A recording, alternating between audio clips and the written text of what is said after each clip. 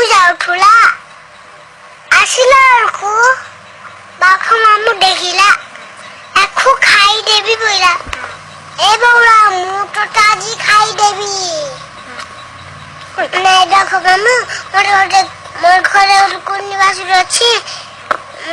ଗେଲ କରିବି କ୍ଷୀର ପିଇକି ବୋଇଲା ବାଘ ମାମୁଁ ବୋଇଲା ବড় ଗାଈ ଗଲା କ୍ଷୀର ପିଇଲା ଗେଲ କଲା ଆହୁରି ଫେରି ଆସିଲା ଖାଦ୍ୟ ପଡା ଖ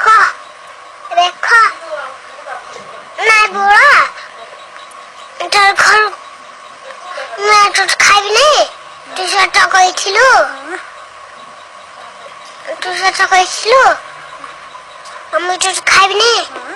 ঘর পজা কোন সরে কোচিতে যা ময়লা ওই